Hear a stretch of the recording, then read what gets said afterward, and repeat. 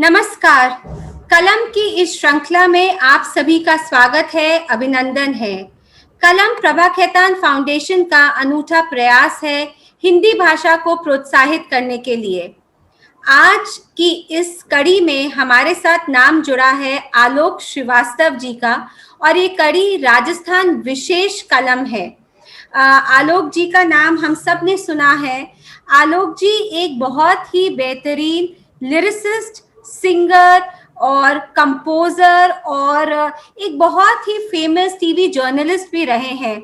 His book Amin and Afreen are most critically acclaimed literary works so far. His demand for poems and ghazals is so much that they've been translated into Russian and various other Indian languages. He is the one who has been worked with Jagjit Singh ji, Pankaj Udas ji, Shankar Mahadevan ji, Rekha Bhardwaj ji, Shubha Mudgal ji. He has also collaborated with renowned sitarist Anushka Shankar ji for the album Traveler, which was nominated for the Grammy Award. और अगर आप आलोक श्रीवास्तव जी का नाम कभी Google करेंगे तो आपको समझ नहीं आएगा कि कौन सा लिंक देखें, कौन सा वीडियो देखें। सैकड़ों वीडियो हैं, सैकड़ों ऐसी चीजें हैं जो इनके बारे में एक से बढ़कर एक, he will give you so much of surprise. Thank you very much Alok ji for coming here and being a part. कलम का ये जो श्रृंखला है, कलम का जो इनिशिएटिव है, ये जैसे मैंने आपको कहा प्रभा खेतान फाउंडेशन की पहल है। इसके प्रस्तुत करता है श्री सीमेंट्स, इसके मीडिया पार्टनर है दैनिक भास्कर और जयपुर में इसका कोलैबोरेटिव पार्टनर है वी केयर। आज आलोक जी से बातचीत करेंगी हमारे Ehsaas Woman of Patna Anvita Pradhan ji. Anvita ji founder member है Navras School of Performing Arts की, जो पिछले 10 सालों से बहुत सारे लिटरेरी इवेंट्स कर रहे हैं। आपने पटना लिटरेचर फेस्टिवल का नाम सुना होगा। अन्विता जी इससे बहुत क्लोजली एसोसिएटेड है। ये आइडिया उन्होंने ही कंसीव, उनकी ऑर्गेनाइजेशन ने कंसीव किया था और स्टार्ट करा था। और प्रभा खेतान फाउंडेशन के लिए पटना और रांची में अन्विता जी कार्यक्रम ऑर्गेनाइज करती है। बहुत बहुत स्वागत आलोक जी, अन्विता जी और आप सभी का आज के कलम विशेष में। धन्यवाद अपरा। मेरी आवाज आ रही है ना? जी बिल्कुल आ रही है। ओके। आलोक जी, कलम की इस श्रृंखला में आपका इस्तकबाल है। अपरा ने सही कहा, Google Alok Shrivastava and there is thousands of videos. In fact पिछले कुछ दिनों में मैंने बस आपके गजल गीतों को पढ़ा, सुना और उसके वीडियो देखे। बहुत ही मजा आया। अपनी बातचीत पहले हम लोग आपके बचपन के दिनों से शुरू करते हैं। आपके माता पिता को उर्दू का शौक और साहित्य की गहरी समझ थी। क्या आपने लिखने की तालीम, प्रोत्साहन उनसे पाई? सबसे पहले तो बहुत शुक्रिया कलम का, प्रभा खेतान फाउंडेशन का, एहसास जो आपका ग्रुप है और ये जो पूरे के पूरे बहुत सकारात्मक और बहुत सृजनात्मक लोग हैं, इनको मेरा सादर प्रणाम। अपरा जी को विशेष तौर से धन्यवाद। अन्विता जी आपका बहुत धन्यवाद कि आज आपने कलम से जोड़ा। और अपरा जी ने आज मेरी जानकारी में, मेरे परिचय में एक इजाफा और किया कि मैं सिंगर और कंपोजर हूँ। तो ये बात मुझे भी नहीं पता थी कि मैं सिंगर और कंपोजर हूँ। मुझे ये तो पता था कि हाँ, मेरे गीतों को हमारे समय के बड़े गायकों ने, और जिनका नाम हम लोग कान पकड़ के लेते हैं, उस्ताद राशिद खान साहब या शुभा मुदगल जी या जगजीत सिंह जी या पंकज उदास साहब, बच्चन साहब, जिनके साथ काम करने का मुझे मौका मिला। अब मैं आता हूँ आपके सवाल पर, और वो ये कि जी हाँ, शायद 15-17 बरस की उम्र में ही ये तय हो गया था कि मुझे लेखक बनना है। और इसके पीछे यकीनी तौर से मेरा फैमिली बैकग्राउंड और ख़ास तौर से मेरे वालिदैन जो भोपाल से बिलोंग करते थे और उर्दू रस्मुल ख़त, उर्दू तहज़ीब, उर्दू अदब, उर्दू ज़बान और वो पूरा का पूरा जो एक कल्चर है, जो उर्दू का कल्चर है, उससे बहुत रचे बसे हुए थे। मैं ये तो नहीं कहूँगा कि मुतासिर थे, क्योंकि वो तो ऑलरेडी उनकी जो अपब्रिंगिंग हुई थी, जो मेरी वालदा, मेरी माँ मुझे बताती थी कि उनकी जो परवरिश हुई थी वो उसी माहौल में हुई थी जो उर्दू का था। मेरे पेरेंट्स को, मेरे वालिदैन को रस्मुल ख़त भी आता था उर्दू का। तो वो जो रोज़मर्रा की डायरी मेंटेन करती थी हिसाब की, मैं बहुत छोटा था, मैं जब 15-17 बरस का था, 20-25 बरस का था, तब मेरी माँ का इंतकाल हो गया। वो प्रशासनिक अधिकारी थी, पिता डायरेक्टर थे एग्रीकल्चर में।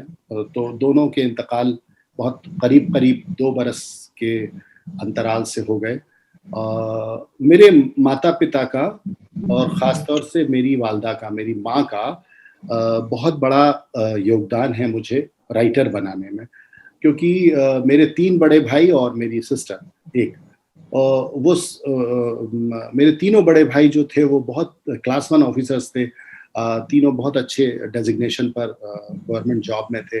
और जिस फैमिली से मैं आता हूँ, कायस्थ फैमिली से, तो उसमें एक कल्चर भी होता है कि आपको नौकरी करनी है और अच्छे बड़े ओहदे पर फायज होना है, और मैं एकदम अलग धार में चल रहा था।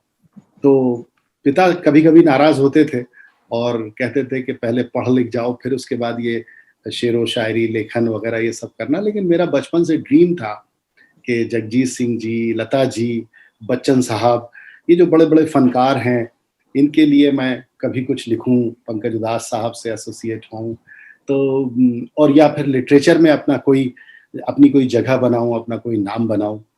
तो ये ख़्वाहिश जब मैंने अपनी माँ से ज़ाहिर की, उस वक़्त मेरी उम्र कोई 17-18 बरस की रही होगी। तो मेरी माँ ने एक लफ्ज़ कहा, आमीन, तथास्तु। तो वो आमीन मेरे पहले गज़ल संग्रह का नाम भी हुआ। और फिर उसके बाद बस सफ़र शुरू हो गया, मोटिवेशन मिलता गया। चूँकि वो खुद बहुत अच्छी उर्दू ज़बान की मतलब विदुषी थीं, उनसे गाइडेंस मिला। मेरे घर का कल्चर, मेरे बड़े भाई आनंद श्रीवास्तव सहर, जिनका भी हाल में इंतकाल हो गया, निधन हो गया एक बरस पहले, वो बहुत अच्छे गीतकार थे। हिंदी के बहुत अच्छे गीत उन्होंने रचे और बहुत प्रतिष्ठित थे वो हमारे सूबे में, मध्य प्रदेश में, जहाँ से मैं आता हूँ, विदिशा और भोपाल से। वहाँ उनका बहुत नाम है आज भी। तो वो एक पूरा का पूरा जो कल्चर है, वो मुझे मेरी फैमिली से मिला। इसी बात पे अम्मा और बाबूजी पर लिखी कविता आपकी बहुत लोकप्रिय हुई। इस कविता की कुछ पंक्तियां हमें सुनाएं। जी, आप आदेश कर रही हैं तो मैं वो उसकी कुछ पंक्तियाँ सुनाता हूँ। वो यूँ है कि पहले बाबूजी के कुछ शेर सुन लीजिए, कि घर की बुनियादें दीवारें बामोदर थे बाबूजी, घर की बुनियादें दीवारें बामोदर थे बाबूजी, सबको बांधे रखने वाला खास हुनर थे बाबूजी। अब तो सूने माथे पर कोरेपन की चादर है। जिन्होंने अपने पिता को पहले जाते देखा होगा, वो इस शेर की संवेदना तक जरूर पहुंचेंगे। घर की बुनियादें दीवारें बामोदर थे बाबूजी, सबको बांधे रखने वाला खास हुनर थे बाबूजी। 3 मोहल्लों में उन जैसी कद काठी का कोई न था, 3 मोहल्लों में उन जैसी कद काठी का कोई न था, अच्छे खासे ऊंचे पूरे कद्दावर थे बाबूजी। और अब तो सूने माथे पर कोरेपन की चादर है, अब तो सूने माथे पर कोरेपन की चादर है, अम्मा जी की सारी सजधज सब जेवर थे बापूजी। अम्मा जी की सारी सजधज सब जेवर थे बापूजी। भीतर से खालिस जज्बाती और ऊपर से ठेठ पिता, भीतर से खालिस जज्बाती और ऊपर से ठेठ पिता, अलग अनूठा अनबूझा सा एक तेवर थे बाबूजी। अलग अनूठा अनबूझा सा एक तेवर थे बाबूजी। और कभी बड़ा सा हाथ खर्च थे, कभी हथेली की सूजन, कभी बड़ा सा हाथ खर्च थे, कभी हथेली की सूजन। मेरे मन का आधा साहस आधा डर थे बाबूजी, मेरे मन का आधा साहस आधा डर थे बाबूजी। धूप हुई तो आंचल बनकर कोने कोने छाई अम्मा, धूप हुई तो आंचल बनकर कोने कोने छाई अम्मा। सारे घर का शोर शराबा, सूनापन तन्हाई अम्मा। सारे घर का शोर शराबा, सूनापन तन्हाई अम्मा। और हमारे यहाँ ये कल्पना की गई है कि पंच तत्व हम मिलकर बने। मुझे ये माइथोलॉजी थोड़ी सी गड़बड़ लगती है। छठा तत्व मैं समझता हूँ जो है वो मैंने इस शेर में कहने की कोशिश की है कि धूप हुई तो आंचल बनकर कोने कोने छाई अम्मा। सारे घर का शोर शराबा, सूनापन तन्हाई अम्मा। उसने खुद को खोकर मुझ में एक नया आकार लिया है। उसने खुद को खोकर मुझ में एक नया आकार लिया है।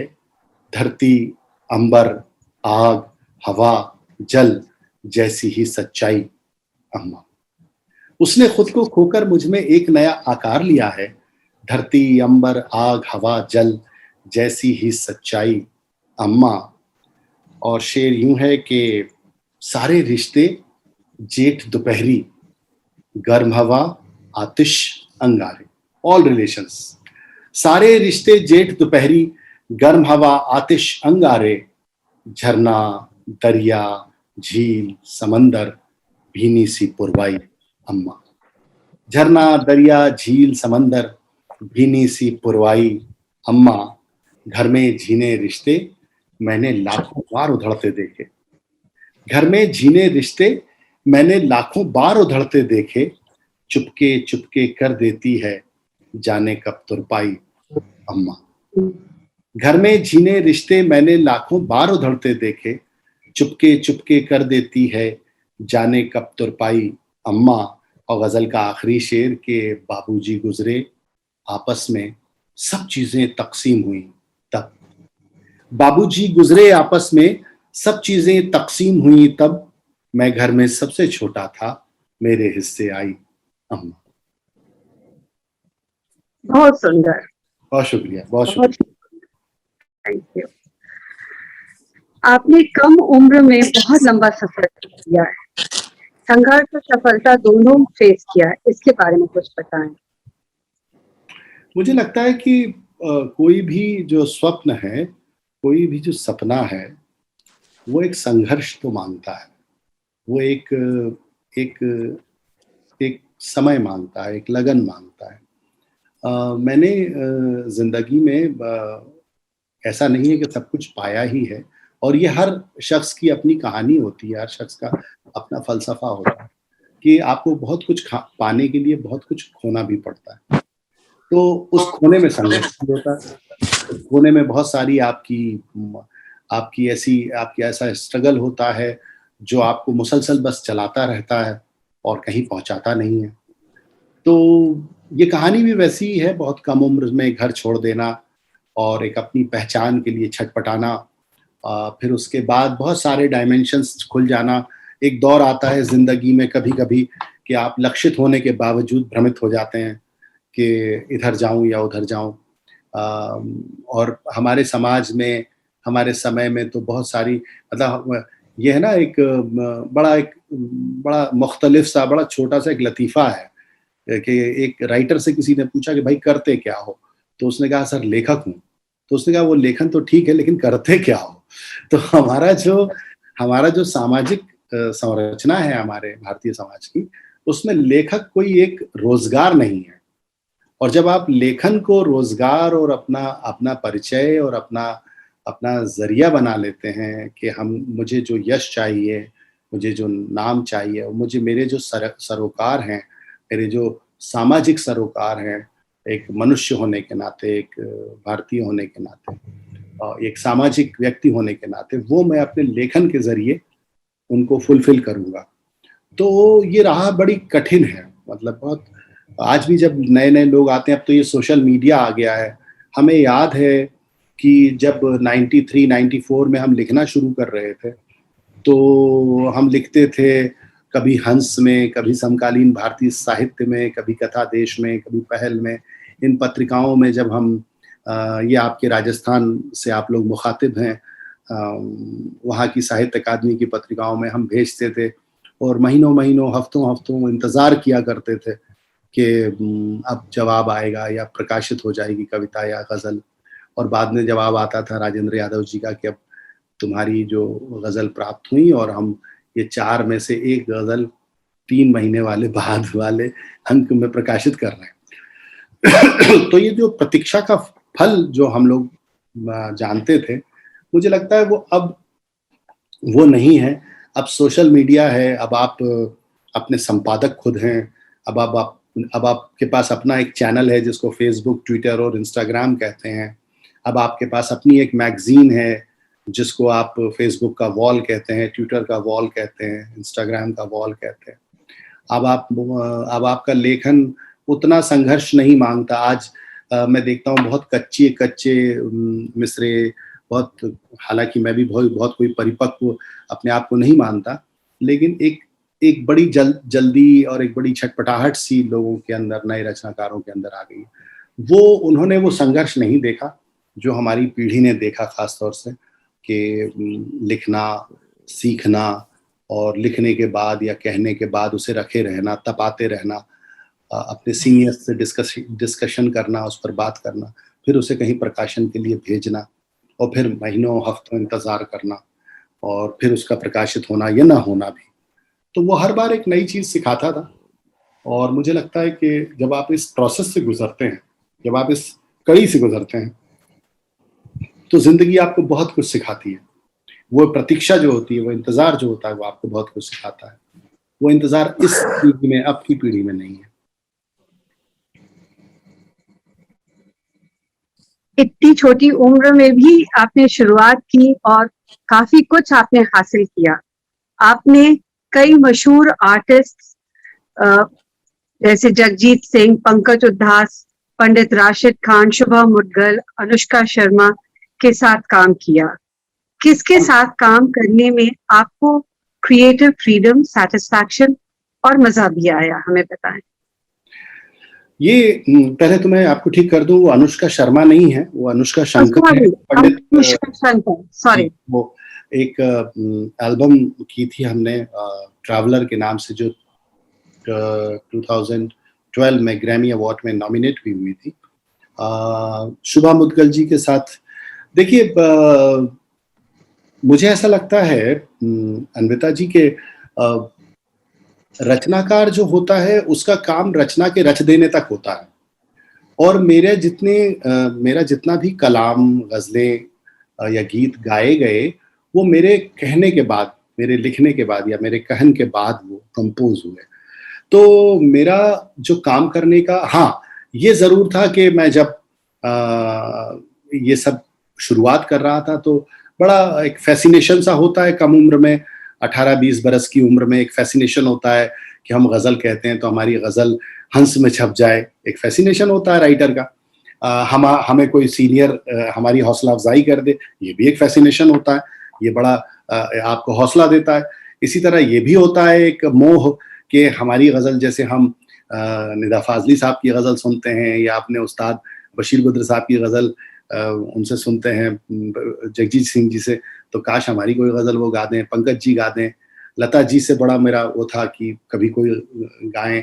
बच्चन साहब को हम लोग बचपन से फॉलो करते थे, फिल्में देखते थे उनकी, और वो हमारे एक तरह से उस जॉनर, जब हम बड़े हो रहे थे 90s 80s में, तब वो एंग्री यंग मैन के तौर पे 70s पर आते थे, सबको फैसिनेट करते थे। तो लगता था कि यार हम राइटर हैं तो काश हमारा कुछ लिखा हुआ कभी बच्चन साहब पढ़ें, गाएं। तो ऐसा मैं ये नहीं कह सकता कि किसी एक कलाकार, क्योंकि ये सब लोग लेजेंडरी लोग हैं, बड़े लोग हैं, इन्होंने युग देखे हुए, बल्कि युग क्या देखे हुए, ये खुद अपने आप में युग हैं। तो किसी एक के साथ काम करना, हाँ, लर्निंग प्रोसेस अगर आप बोलेंगे तो मुझे 2 लोगों ने बहुत मतलब मेरे लर्निंग प्रोसेस में हेल्प की। एक तो जगजीत सिंह जी ने, और बहुत लॉन्ग डिस्कशन जिसको कहते हैं, मतलब आप सोचिए कि हम लोग मतलब 50 कभी 1 घंटा, पंकज उधास साहब और हम डिस्कशन पर जब आते हैं, पोइट्री डिस्कशन पर जब आते हैं, कंपोजिशन के डिस्कशन पर जब वो बात करते हैं किस तरह का संगीत हो रहा है, तो 1 घंटे हम लोग फोन पर बात करते रहते हैं। तो आप ये कह सकते हैं कि कंफर्ट लेवल जो है वो जगजीत सिंह जी के साथ बहुत था, बहुत गुफ्तगू होती थी, फिर पंकज भाई के साथ, पंकज उधास जी के साथ। और आप लोग तो ये उर्दू तहजीब से भी जुड़े हुए लोग हैं, वो लोग मतलब उसमें भी कभी कभी इजाफियत कह लीजिए या इस्लाह कह लीजिए कि यार ये शब्द यहाँ ये नहीं, ये अच्छा लगेगा। तो वो लर्निंग प्रोसेस है, वो तो सारे, जब आप किसी के साथ भी काम करते हैं, चाहे वो शुभा मुद्गल हो, आदेश भाई हो, उनके साथ उनके साथ कर रहा हूँ, और भी कई जो आर्टिस्ट हैं, रेखा भारद्वाज जी हैं, विशाल भारद्वाज जी, मेरे बहुत शुरुआती दिनों में बहुत सानिध्य रहा, बहुत सीखने का उनसे मुझे मौका मिला। तो ये सारे लोग जब भी आप किसी बड़े दरख्त के तले जाते हैं तो आपको साया ही मिलता है, और उस साये में कुछ ना कुछ आपको बैठ के पढ़ने और सीखने का मौका मिलता है।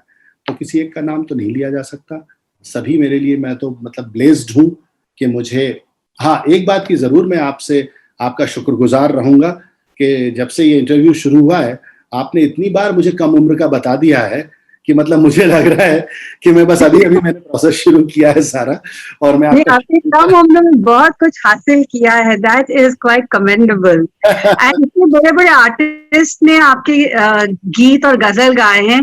इनफैक्ट इस पर हमको आपसे ये पूछना है कि अमिताभ बच्चन के साथ काम किया, वो एक्सपीरियंस कैसा रहा, हम लोगों के साथ शेयर करें। उनके साथ जो पहला गीत था, वो उनके साथ 2 गीत हुए, और दोनों ही गीत जो हैं वो बहुत ही, जिसको कहते हैं, अनिश्चितता की स्थिति में रहे कि वो करेंगे या नहीं करेंगे, वो टाइम निकाल पाएंगे या नहीं निकाल पाएंगे, क्योंकि वो बहुत मसरूफ रहते हैं।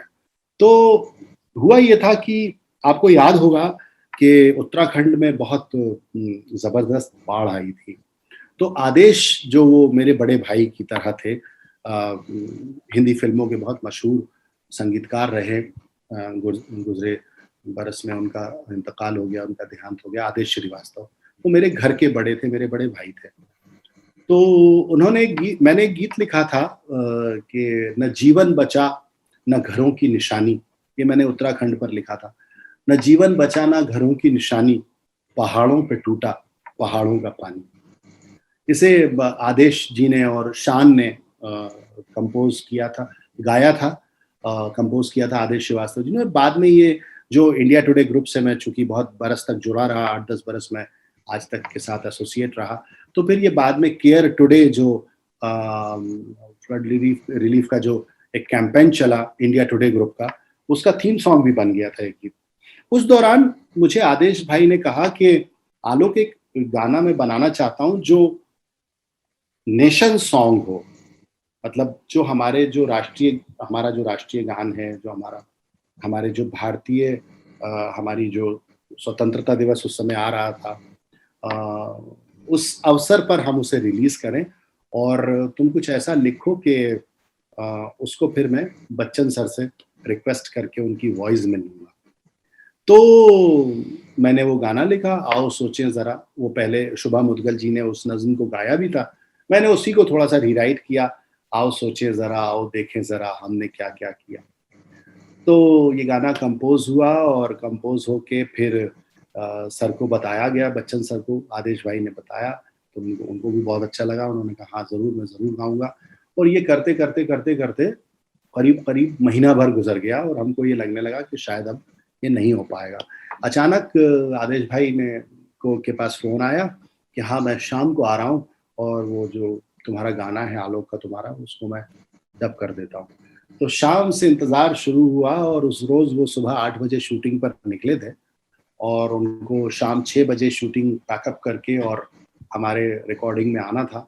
तो हम लोग इंतज़ार करते करते, क्योंकि शूटिंग लेट होती गई, हम लोग इंतज़ार करते करते करते करते लगभग रात को 1-2 बजे वो फारिग होकर सीधे स्टूडियो आए, और स्टूडियो आकर उन्होंने गाना डब किया। और अन्विता जी, मैं आपको बताऊं कि जब वो दाखिल हुए आदेश भाई के स्टूडियो में, तो ऐसा लग रहा था कि जैसे कोई बहुत फ्रेश, मतलब जबकि हमको पता था कि सुबह 8 बजे वो निकले हैं, और सुबह 8 बजे का निकला हुआ शख्स जो है रात को 1-2 बजे उसकी क्या हालत हो जाती है।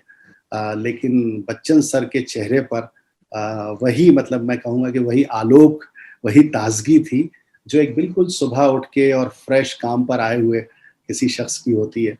तो हाँ, मतलब बड़ा वो लगा कि इतना ज़्यादा समर्पण अपने कार्य के प्रति, अपने काम के प्रति, तो बड़ा अनूठा था ये अनुभव। और एक मैंने जैसा पहले बोला कि किसी बड़ी शख्सियत के साथ जब आप काम करते हैं तो उस काम को करने की एक बड़ी वो रहती है कि आपको बहुत कुछ उससे सीखने को भी मिलता है।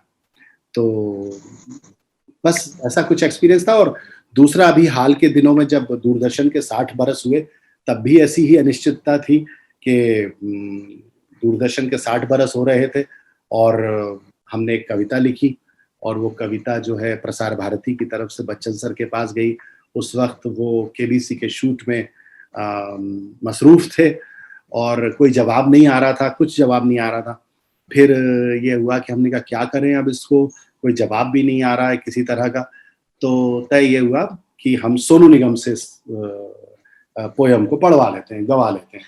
तो मैंने सोनू भाई कि सोनू जी आपकी बड़ी मेहरबानी होगी, हमारा ये 60 बरस दूरदर्शन का हो रहा है और इसका गीत आपसे पढ़वाना है। तो खैर वो गाना जिस दिन रिकॉर्ड हुआ उस दिन बड़ा एक अच्छा इंसिडेंट हुआ बच्चन सर के साथ कि मैंने फ़ोन लगाया। उस समय केबीसी की रिकॉर्डिंग चल रही थी, तो मैंने जो उसके डायरेक्टर हैं सिद्धार्थ बसु, उनको फ़ोन लगाया कि मैं बॉम्बे में हूँ और आप उससे मिलना चाहता हूँ। अरे, तो उन्होंने कहा बिल्कुल तुम आओ और अभी केबीसी शूट भी हो रहा है तो बच्चन सर से भी तुम्हारी मुलाकात हो जाएगी। अच्छा, मुझे कुछ भी नहीं पता था।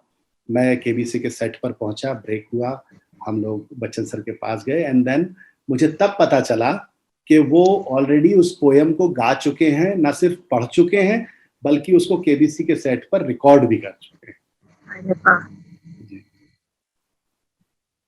हाल ही आपका बहुत बेहतरीन गजल जो दिख रहा है सामने वो दृश्य मात्र है को एक्टर आशुतोष राणा ने पढ़ा। इस गजल का वीडियो सोशल मीडिया पर वायरल हो गया। आपसे गुजारिश है कि ये गजल हमें सुनाएं। इसका भी वाकया है कि चूंकि आशु भाई के साथ एक बहुत अच्छा एक भ्रात तुल्य संबंध, एक बड़ा प्यारा रचनात्मक रिश्ता भी है, वो स्वयं भी बहुत अच्छा लिखते हैं, बहुत अच्छे लेखक हैं। तो ऐसे ही बस मैंने फेसबुक पर उन्होंने वो पोयम देखी और कहा कि आलोक ये जो तुमने लिखी है ये पोयम, ये ज़रा मुझे व्हाट्सएप कर सकते हो? मैं कहा हाँ हाँ बिल्कुल, फेसबुक पर तो है, आप ले लीजिए, मैं भेज देता हूँ। तो मैंने उनको व्हाट्सएप कर दी और अचानक से 2-3 महीने के बाद मैं क्या देखता हूँ कि उनका एक संदेश आया कि आलोक ज़रा ये वीडियो देखो। और देखा कि उन्होंने वो जो पोयम है वो अपने आवाज़ और अंदाज में जो उनका बिल्कुल मुख्तलिफ है और उनकी जो विनम्रता और उनका जो हम सब के साथ जुड़े रहने का जो स्वभाव है उसके रहते उन्होंने एक दिन स्टूडियो में बैठे हुए किसी वेब सीरीज की डबिंग वो कर रहे थे और उसी डबिंग के दौरान उसको पढ़ दिया और अपने ट्विटर से जब पोस्ट किया तो वो सब तरफ वायरल हो गई। उसके कुछ शेर मुझे जो याद है वो मैं आपको सुनाता हूँ, अगर कहीं बीच में भूलूंगा तो उठा के उसको पढ़ के सुना दूंगा। वो यूं है कि जो दिख रहा है सामने वो दृश्य मात्र है, जो दिख रहा है सामने वो दृश्य मात्र है, लिखी रखी है पटकथा मनुष्य पात्र है।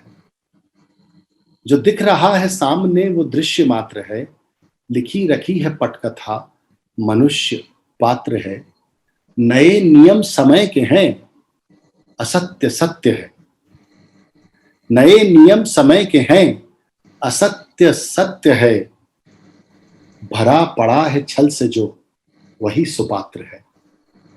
भरा पड़ा है छल से जो वही सुपात्र है साम दाम दंड भेद का नया चलन, है साम दाम दंड भेद का नया चलन, कि जो यहाँ सुपात्र है वही कुपात्र है, कि जो यहाँ कुपात्र है वही सुपात्र है। जो दिख रहा है सामने वो दृश्य मात्र है। विचारशील मुग्ध हैं कथित प्रसिद्धि पर, विचारशील मुग्ध हैं कथित प्रसिद्धि पर। विचित्र है समय विवेक शून्य मात्र है। विचित्र है समय विवेक शून्य मात्र है। घिरा हुआ है पार्थ पुत्र चक्रव्यूह में, घिरा हुआ है पार्थ पुत्र चक्रव्यूह में। असत्य सात और सत्य एक मात्र है। असत्य सात और सत्य एक मात्र है। कभी कहीं कबीर सूर की, कहीं नजीर की, कहीं कबीर सूर की, कहीं नजीर की, परंपरा से धन्य ये गजल का छात्र है। जो दिख रहा है सामने वो दृश्य मात्र है, लिखी रखी है पटकथा मनुष्य पात्र है। बहुत सुंदर, बहुत ही सुंदर, धन्यवाद। बहुत शुक्रिया। आपका एक और बहुत ही खूबसूरत गजल पंकज उद्धास ने गाया है। इस गजल की वीडियो शूट उदयपुर में हुई है।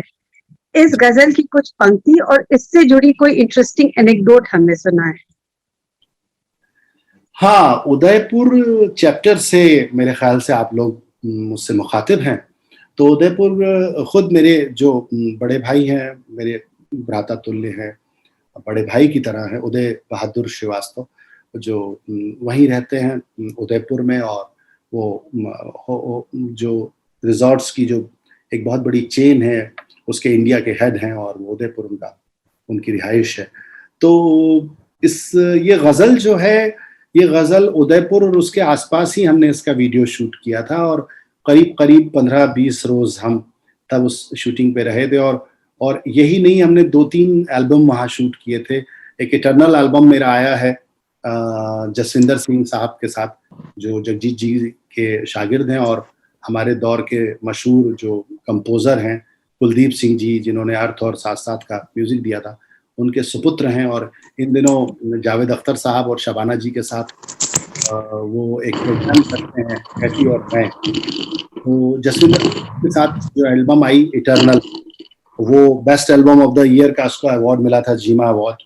वो हमने उदयपुर में शूट की। उसकी 2 गज़लें हमने उदयपुर विद्यालय से और उसके आसपास शूट की। और उस दौरान हमने ये एल्बम शूट की जिसका नाम था प्यार की खुशबू। तो और एक एल्बम हमने और की, ख्वाबों की कहानी। जो ये एल्बम जो हमने उदयपुर में शूट की थी, हमने बेसिकली 3 एल्बम शूट की थी 15-16 दिन के शूटिंग स्केड्यूल में। ये जो गज़ल है, ये गज़ल इसलिए ख़ास है कि ये खुद पंकज उदास साहब की हमारे अहद के, हमारे दौर के गज़ल माएस्ट्रो हैं वो। उनके पूरे सिंगिंग करियर की पहली ऐसी एल्बम थी जो सिंगल ट्रैक एल्बम थी, और पूरे एल्बम में सिर्फ यही एक गज़ल थी। वो गज़ल मैं आपको सुनाता हूँ, आपका हुक्म है तो। उसके कुछ शेर जो अगर मुझे याद आते हैं तो सुने। कि तुम सोच रहे हो बस बादल की उड़ानों तक, तुम सोच रहे हो बस बादल की उड़ानों तक, मेरी तो निगाहें हैं सूरज के ठिकानों तक। तुम सोच रहे हो बस बादल की उड़ानों तक, मेरी तो निगाहें हैं सूरज के ठिकानों तक। खुशबू सा जो बिखरा है सब उसका करिश्मा है, खुशबू सा जो बिखरा है सब उसका करिश्मा है, मंदिर के तरन्नुम से मस्जिद की अजानों तक। खुशबू सा जो बिखरा है सब उसका करिश्मा है, मंदिर के तरन्नुम से मस्जिद की अजानों तक। दिल आम नहीं करता एहसास की खुशबू को, दिल आम नहीं करता एहसास की खुशबू को, बेकार ही लाए हम चाहत को जुबानों तक, बेकार ही लाए हम चाहत को जुबानों तक।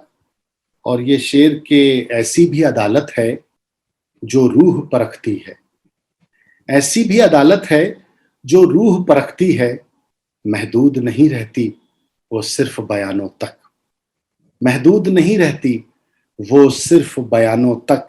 और ये गज़ल का शेर जो मुझे बहुत प्यारा लगता है कि हर वक्त फिजाओं में महसूस करोगे तुम, हर वक्त फिजाओं में महसूस करोगे तुम, मैं प्यार की खुशबू हूँ महकूंगा ज़मानों तक, मैं प्यार की खुशबू हूँ महकूंगा ज़मानों तक। टूटे हुए ख्वाबों की एक लंबी कहानी है, टूटे हुए ख्वाबों की एक लंबी कहानी है, शीशे की हवेली से पत्थर के मकानों तक, शीशे की हवेली से पत्थर के मकानों तक। तुम सोच रहे हो बस बादल की उड़ानों तक, मेरी तो निगाहें हैं सूरज के ठिकानों तक। बहुत सुंदर, बहुत ही सुंदर। Apra, can we ask more questions? I think एक लास्ट सवाल पूछ लीजिए, फिर मुझे लगता है कि लोग भी पूछना चाहेंगे। एक लास्ट सवाल आप प्लीज पूछ सकती हैं।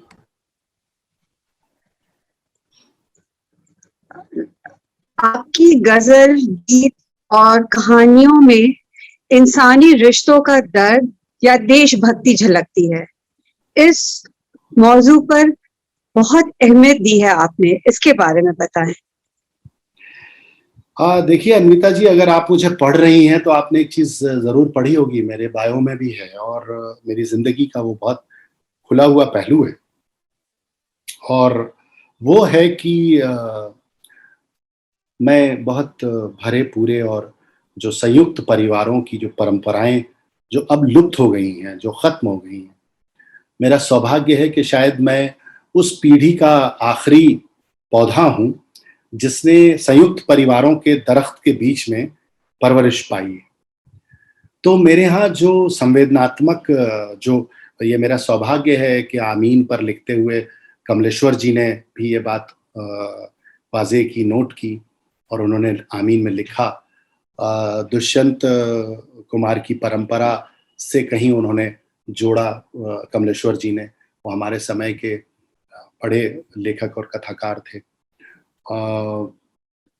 गुलजार साहब का जो फॉरवर्ड है, जो उस पर जो हमारे किताब पर आमीन पर, मैं जो हम लोग हमारे साथ हैं, मैं उनको दिखा दूं कि ये मेरा गज़ल संग्रह है आमीन। तो इसके अभी तक 5-6 एडिशन आ चुके हैं। राजकमल प्रकाशन ने इसको छापा था 2007-8 में, और उसके बाद नामवर जी ने जो उस पर लिखा आमीन पर। तो ये सभी मेरा ये सौभाग्य है कि ये बात सभी ने नोट की। मेरी जो अपब्रिंगिंग हुई, मेरी जो परवरिश हुई है, वो एक संयुक्त परिवार में हुई है। तो कई बार जब मैं ये अम्मा और बाबूजी और जीने रिश्ते और रिश्तों की बातें और ये सब करता था, तो मेरे जो कंटेम्प्रेरीज थे या मेरे जो समकालीन लोग थे, जो बहुत ही जिसको वो सामाजिक सरोकार की या जिसको वो आखिरी आदमी की कविताएं बताकर और मुझसे कहते थे कि तुम ये क्या कर रहे हो, घर बार की बातें कर रहे हो, चूल्हे चौके की बातें कर रहे हो। तो मैं उनसे ये कहता था कि जो परवरिश या जो रचनाकार का जो पूरा का पूरा जो कैनवस बनता है, वो उसके सबसे पहले उसके व्यक्तिगत जीवन से बनता है। वो किनके साथ, किनके बीच किस तरह की परवरिश पा रहा है, वही उसकी भाषा बनती है, वही उसका कहन बनता है, वही उसकी जबान बनती है। मेरा सौभाग्य ये रहा कि मेरा जो नगर, गृह नगर विदिशा और मेरा जो परिवार, वो सब एक संयुक्त परिवार की तरह। तो मेरी लगभग 20-25-30 साल तक की 25 साल तक का मेरा जीवन संयुक्त परिवार में भी था। तो उसके जो रिफ्लेक्शंस हैं वो तो बेशक आएंगे ही। आप प्रेमचंद की कहानियां पढ़ेंगे तो उनमें गांव दिखेगा आपको, उनमें आपको कम्युनल हार्मोनी दिखेगी, क्योंकि वो समय के सरोकार को लिख रहे थे, उस समय के अपने आसपास के वातावरण को लिख रहे थे। मेरे आसपास मुझे जो दुनिया दिख रही थी, उसमें रिश्ते थे, उसमें संवेदनाएं थी, उसमें माँ थी, उसमें पिता थे, उसमें भाई था, उसमें मेरे मित्र थे, मेरा शहर था, एक बहुत खूबसूरत फिजा थी जिसमें न हिंदू था, न मुसलमान था, न सिख था, न ईसाई था, जब सब दोस्त थे, सब यार थे। तो वो चीजें मेरे अंदर आना बहुत स्वाभाविक सी बात थी, क्योंकि मैं उन सब के बीच में परवरिश पा रहा था। राष्ट्रीयता की जहां तक बात है कि ये एक ऐसा जज्बा है जो मुझे आज भी जज्बाती कर देता है, लेकिन मेरा जो राष्ट्रवाद है, वो राष्ट्रवाद मेरा राष्ट्र हित में है। मैं किसी एक विचारधारा से प्रभावित होके जो राष्ट्रवादी बन गए हैं अभी गुजरे वर्षों में, उस जैसा राष्ट्रवादी मैं राष्ट्रवादी, वो उस राष्ट्रवाद को राष्ट्रवाद में बहुत ही विनम्रता पूर्वक उसको नहीं मानता। मैं वो राष्ट्रवाद मानता हूँ जिसमें सब लोग समान हो, जिसमें कोई कम्युनल डिफरेंसेस ना हो, जिसमें कोई किसी तरह का दुराव नहीं हो, सब एक साथ एक छत के नीचे, जो हमारी एक परंपरा भी रही है, वसुधैव कुटुंबकम, उस परंपरा के फॉलोअर्स हों, उस परंपरा को मानने वाले हों। तो वो मेरी पोएट्री में, वो हार्मनी मेरी पोएट्री में, वो तहजीब जो हिंदुस्तान की तहजीब है, वो मेरी पोइट्री में बहुत सहज आ जाती है। मैं आपको एक छोटी सी नज्म सुनाता हूँ, वो शायद आपको, बहुत छोटी सी है, 2-4 लाइन की है कि जो हम में तुम में हुई मोहब्बत तो देखो कैसा हुआ उजाला, वो खुशबुओं ने चमन संभाला, वो मस्जिदों में खिला तबस्सुम, वो मुस्कुराया है फिर शिवाला। जो हम में तुम में हुई मोहब्बत तो जन्नतों से सलाम आए, पैगंबरों के पयाम आए, फरिश्ते अमृत के जाम लाए, हवा में दीपक भी झिलमिलाए। जो हम में तुम में हुई मोहब्बत तो लब गुलाबों के फिर से महके, नगर शबाबों के फिर से महके, किसी ने रखा है फूल फिर से, वरक किताबों के फिर से महके। मोहब्बतों की दुकान नहीं है, वतन नहीं है, मकान नहीं है। मोहब्बतों की दुकान नहीं है, वतन नहीं है, मकान नहीं है। कदम का मीलों निशान नहीं है, मगर बताइए कहाँ नहीं है। कहीं पे गीता कुरान है ये, कहीं पे पूजा अजान है ये, सदाकतों की, सच्चाइयों की, सदाकतों की जुबान है ये, खुला खुला आसमान है ये। तरक्कियों का समाज जागा के बालियों में अनाज जागा, कबूल होने लगी है मन्नत, धरा को तकने लगी है जन्नत। जो हम में तुम में हुई मोहब्बत, जो हम में तुम में हुई मोहब्बत। तो मेरा जो राष्ट्रवाद है वो ये है, मेरा जो देश प्रेम है वो ये है कि अगर हम आपस में ही लड़ते रहेंगे तो हमारी जो प्रोग्रेस है, हमारी जो तरक्की है, जो हमें खुद करनी है, हम जब तरक्की करेंगे तो मुल्क तरक्की करेगा। मुल्क ऐसे तरक्की नहीं करता, मुल्क के अपने हाथ पैर नहीं होते, वो नहीं चल सकता। जब हम चलेंगे, हम तरक्की करेंगे तो मुल्क अपने आप तरक्की करेगा। तो मेरा राष्ट्रवाद, मेरा राष्ट्र प्रेम ये है। बहुत सुंदर, बहुत सही कहा आपने आलोक जी। इनफैक्ट आपकी कविता गजल जब हम पढ़ रहे थे तो उसकी 2 लाइन मुझे बहुत ज्यादा ही पसंद आई कि मैं बेटी की मुस्कान में हूँ, मैं नारी के सम्मान में हूँ। उसको तो मैंने अपनी डायरी में लिख करके ही रख लिया कि ये तो बहुत ही खूबसूरत लाइन। तो आपने बच्चन सर वाले काम का जिक्र किया, ये वही पोयम है जो उन्होंने। बहुत सुंदर जी जी। Questions now, we can take up the questions. मेरे पास तो और भी सवाल है, बट व्यूअर्स को भी क्वेश्चंस पूछना है। एक्चुअली हमारा थोड़ा समय की वो है, सीमा है। और सबसे पहला सवाल, इससे पहले कि हम ले, मैं रिक्वेस्ट करूंगी कि जो भी हमारे साथ जुड़े हैं, जो भी ऑडियंस हमारी जयपुर, जोधपुर, उदयपुर और अजमेर के शहरों से जुड़ी है, क्या आप लोग अपने एड्रेसेस अपने चैट बॉक्स में लिखेंगे ताकि हम आपको किताबें भेज सकें। और किसी कारणवश अगर आपको लगता है कि आप नहीं लिख सकते तो आप 9549473333, मैं वापस रिपीट करूंगी, 9549473333 पर अपने एड्रेसेस व्हाट्सएप कर दीजिए ताकि हम आपको किताब, आलोक जी की किताब भेज सकें। और आप लोग ये चांस मत मिस करिएगा, क्योंकि जैसे कि ये सेशन इतना लाजवाब था, आलोक जी की जो किताब है वो इतनी ज्यादा बाइंडिंग है, वो आपको बिल्कुल, मतलब आप छोड़ना नहीं चाहेंगे, आप एक बार उसको पढ़ेंगे। तो सबसे पहला हाथ यहाँ पर मैं उठा देख सकती हूँ वीना चौहान जी का। वीना जी जयपुर से हैं और वीना जी आप अपने आप को अनम्यूट करिए और शॉर्ट में अपना सवाल पूछिएगा क्योंकि और लोगों के भी हाथ खड़े हैं।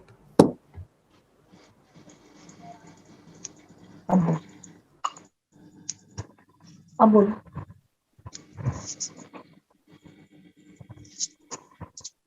बोलो जी वीना जी, हम आपको सुन पा रहे हैं, आप बोलिए।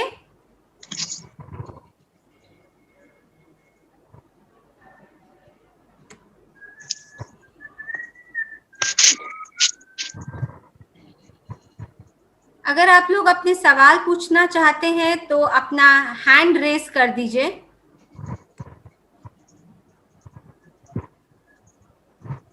वीना चौहान जी,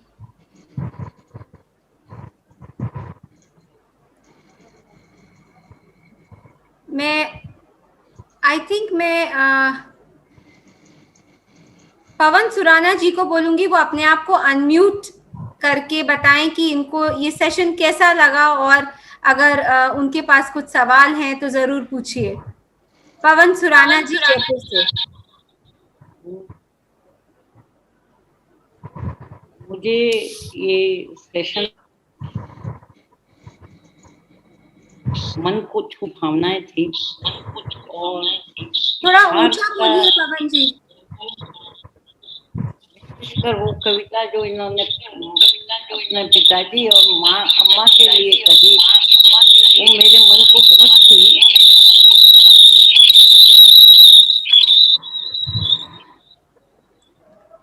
ऐसा लगा कि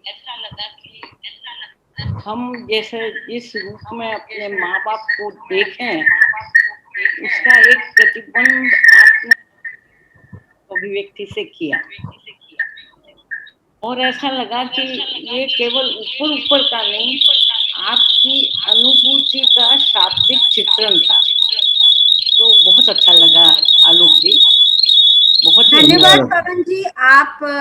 आपकी आवाज कुछ नहीं सुन पा रहे हम अच्छे से। विनीता जैन जी अजमेर से जुड़ी हैं हमारे साथ, बहुत अच्छा लिखती हैं। और विनीता जी आपसे सुनना चाहेंगे हम। नमस्ते अपरा जी, नमस्ते आलोक जी, नमस्ते अन्विता जी, और इस प्रोग्राम को के सभी श्रोताओं को मेरा नमस्कार। अपरा जी बहुत बहुत शुक्रिया आपका कि आपने मुझे यह अवसर दिया कि मैं आलोक जी से कुछ दो शब्द कह सकूं। पहली बात तो ये सेशन इतना खूबसूरत, इतना इंटरेस्टिंग, इतना इनग्रॉसिंग, और फिर जो शब्दों के पुजारी हैं, जिस हिसाब से जो शब्दों की माला गूंथते हैं, तो आज का सेशन सचमुच एक यादगार सेशन रहा है। बहुत बहुत शुक्रिया। मैं आलोक जी से एक बात ये कहना चाहूंगी कि जो आपने अम्मा की कविता सुनाई, मैंने ये कविता पहले नहीं सुनी भी है, ना ही पढ़ी है, बट शायद हम जिस परिवेश में पले बड़े हैं, तो हमारा जो थिंकिंग प्रोसेस है, थॉट प्रोसेस है, वो हमारे माता पिता के लिए भी शायद काफी सिमिलर है। क्योंकि मेरी कविता जो माँ पे मैंने लिखी है, उसमें भी यह शब्द कि माँ तुरपन करती है उधड़े रिश्तों की, तो वो मैंने लिखा है और वो ही शब्द आज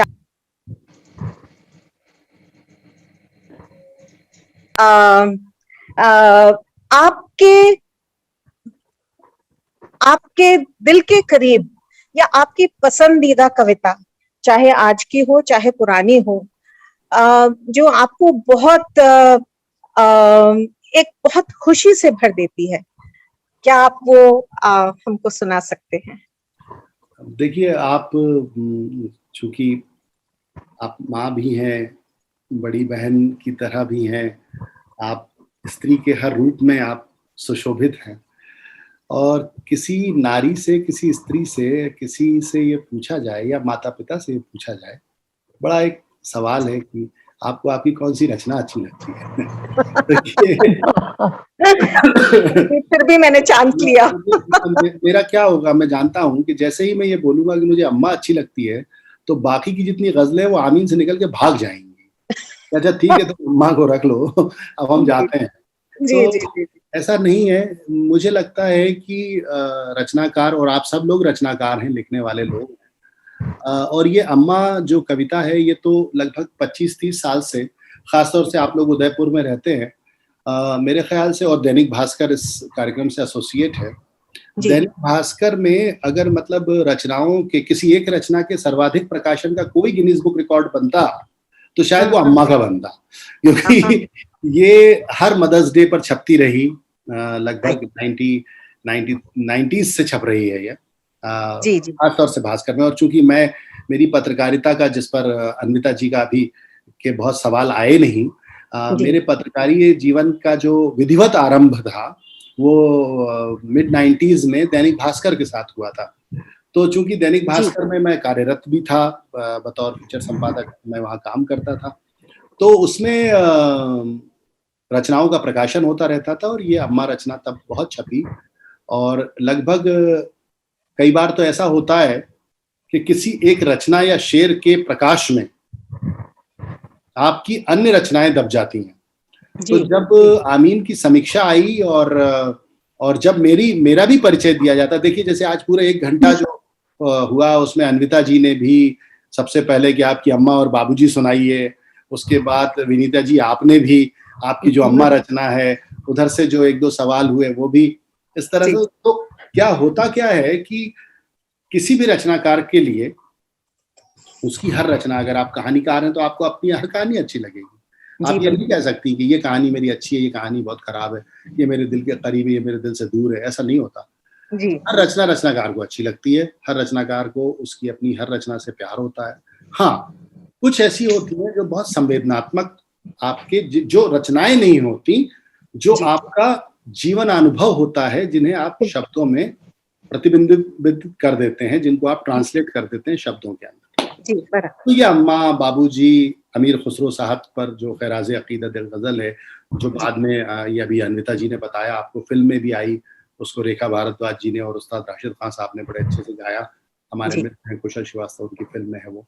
तो रचनाएं सब प्रिय होती हैं, कुछ रचनाएं पाठकों को बहुत अच्छी लगने लगती हैं। और आपने एक बात गौर की होगी कि कभी-कभी इतनी अच्छी लगने लगती है किसी रचनाकार की रचना कि उसके नाम के साथ वो रचना एसोसिएट हो जाती है, जुड़ जाती है। अच्छा, कौन आलोक श्रीवास्तव? वो अम्मा बाबूजी वाले।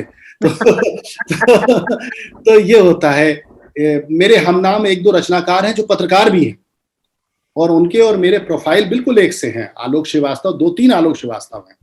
तो कभी-कभी जब ऐसा होता था तो वो बोलते नहीं जी वो आमीन वाले आलोक श्रीवास्तव, नहीं जी वो फलाने वाले आलोक श्रीवास्तव। तो मेरे साथ यही होता था अक्सर कि अच्छा नहीं वो अम्मा और बाबूजी वाले आलोक श्रीवास्तव। तो बस ये सच है। और हर रचना जो है वो प्रिय होती है, हर रचना दिल के करीब होती है। कोई रचनाकार, कोई भी रचनाकार, अगर आप लिखती हैं तो आप भी ये तय नहीं कर सकती विनीता जी कि मेरी ये रचना बहुत अच्छी है, मेरी ये रचना मेरे से बहुत दूर है। बहुत खूब, बहुत बहुत सही, और आपने बहुत सच्ची बात कही। और ये सही है कि दिल के करीब तो सभी हैं, और जो पाठक को पसंद आ जाए शायद वो ही प्रसिद्धि में आगे बढ़ जाती है, बट दिल के करीब तो सभी होती हैं। बहुत शुक्रिया आलोक जी, बहुत बहुत धन्यवाद। बहुत बहुत धन्यवाद। और इसी पर हम आज के कार्यक्रम को समाप्त करना चाहेंगे। और जैसे कि मन भरा नहीं आलोक जी, आपको जल्द ही हम जयपुर, अजमेर, जोधपुर हर जगह बुलाएंगे। एक बार ये कोरोना काल खत्म हो और ऐसे इवेंट्स हम लोग कर रहे हैं, ऑनलाइन इवेंट्स कर रहे हैं। जी उसकी फिक्र मुझे इसलिए नहीं है कि आप ऑलरेडी वचनबद्ध हैं। जी जी जी। तो मेरा भी मन है कि मैं कलम के साथ और प्रभा खेतान फाउंडेशन का ये बहुत ही अच्छा आप लोगों ने जो एक रचनात्मक परिवार कहूँगा मैं, इसको मैं ग्रुप नहीं कहूँगा, समूह नहीं कहूँगा, बल्कि मैं ये कहूँगा कि ये प्रभा खेतान फाउंडेशन का जो परिवार है और जो कलम का की ये जो परंपरा आपने स्थापित की है रचनाकारों को और रचना प्रिय लोगों को जोड़ने की, मैं इसका बहुत स्वागत करता हूँ। और जब भी आप ये पैंडेमिक के बाद आदेशित करेंगी, हम देखते हैं कि डेल्टा 2 और कैसा है, डेल्टा प्लस कैसा है, हम लोग अपने अपने घरों में महफूज रहकर देखें और इसकी वेव जो है वो किस तरह का असर डालती है। उसके बाद फिर अगर कुछ स्थितियाँ सामान्य होती हैं तो अपरा जी आपको याद दिलाने की ज़रूरत नहीं है, वो मैं ही आपको याद दिलाऊंगा कि मुझे अब जयपुर, अजमेर, उदयपुर जहाँ भी आपको ले जाना है आप ले जा सकती हैं। जी जी, और भगवान करे जल्द ही आप बतौर सिंगर के रूप में भी हमें एक जी जी। आज आपने परिचय में पढ़ दिया है तो मेरे जितने म्यूजिक डायरेक्टर दोस्त हैं, जब ये अपलोड होगा यूट्यूब पे तो मैं उन्हें दिखा दूंगा। जी जी, मेरी खाली जुबान है आलोक जी, और हो सकता है जल्द ही आपसे हम एक गाना सुनेंगे। जी जी जी, चलिए। नहीं, जबान तो आपकी बहुत मीठी है और ईश्वर करे कि वो जो आपने अपनी वाणी से आज उद्घाटित किया है और आज जो प्रकाशित किया है या आज जो आलोकित किया है वो मेरे परिचय का अगला इजाफा हो कि भाई कोई गाना मैं गाऊं या कोई गाना मैं कंपोज करूं। हाँ, कंपोजिशन का कुछ मेरे मित्र जो मेरे साथ काम करते हैं वो शय दे देते हैं कभी कभी, क्योंकि मैं अपनी कविताओं की धुन भी बता देता हूँ उनको कि भाई ये हो सकती है। तो चलिए, वो आंशिक रूप से तो आपने सही कहा परिचय में, लेकिन अब मैं कोशिश करता हूँ कि मैं गा के भी आपको इम्प्रेस कर सकूं। नहीं नहीं, बहुत बहुत धन्यवाद आलोक श्रीवास्तव जी का, बहुत बहुत धन्यवाद अन्विता प्रधान जी का, आप सभी का। कलम की इस श्रृंखला में आप हमारे साथ जुड़े। जयपुर में जो कलम के प्रस्तुतकर्ता हैं, वही राजस्थान में हर तरफ, चाहे जोधपुर हो, अजमेर हो, उदयपुर हो, कलम के प्रस्तुतकर्ता श्री सीमेंट्स हैं। और प्रभा खेतान फाउंडेशन की अभिनव पहल कलम, इसके कोलैबोरेशन में जयपुर में वी केयर है, अजमेर में वी केयर एहसास वुमन ऑफ अजमेर है, जोधपुर में इसके सहभागीदार हैं एहसास Woman of Jodhpur, Taj Hari Mahal hotel, और उदयपुर में श्री सीमेंट्स, प्रभा खेतान फाउंडेशन, एहसास Woman of Udaipur, Radisson Blu hotel. तो ये सब हमारे पार्टनर्स हैं जिनकी वजह से हम लोग हर सिटी में कलम की एक सुंदर सी कड़ी आप तक लेकर आ सकते हैं। जैसे कि हमने सबको रिक्वेस्ट करा था कि आप सब अपने नाम और नंबर हमें अपने एड्रेसेस चैट में दीजिएगा। अगर आप किसी कारणवश चैट में नहीं लिख पाए हैं तो एक बार पुनः नंबर दोहराना चाहूंगी, 9549473333। आप अपने नाम और एड्रेस इस पर भेजिए ताकि जल्द से जल्द आलोक श्रीवास्तव जी की जो किताब है, बहुत ही इंटरेस्टिंग किताब, वो आप तक हम पहुंचा सके। बहुत बहुत धन्यवाद आप सभी का इस शाम में हमारे साथ जुड़ने के लिए। नमस्कार। नमस्कार।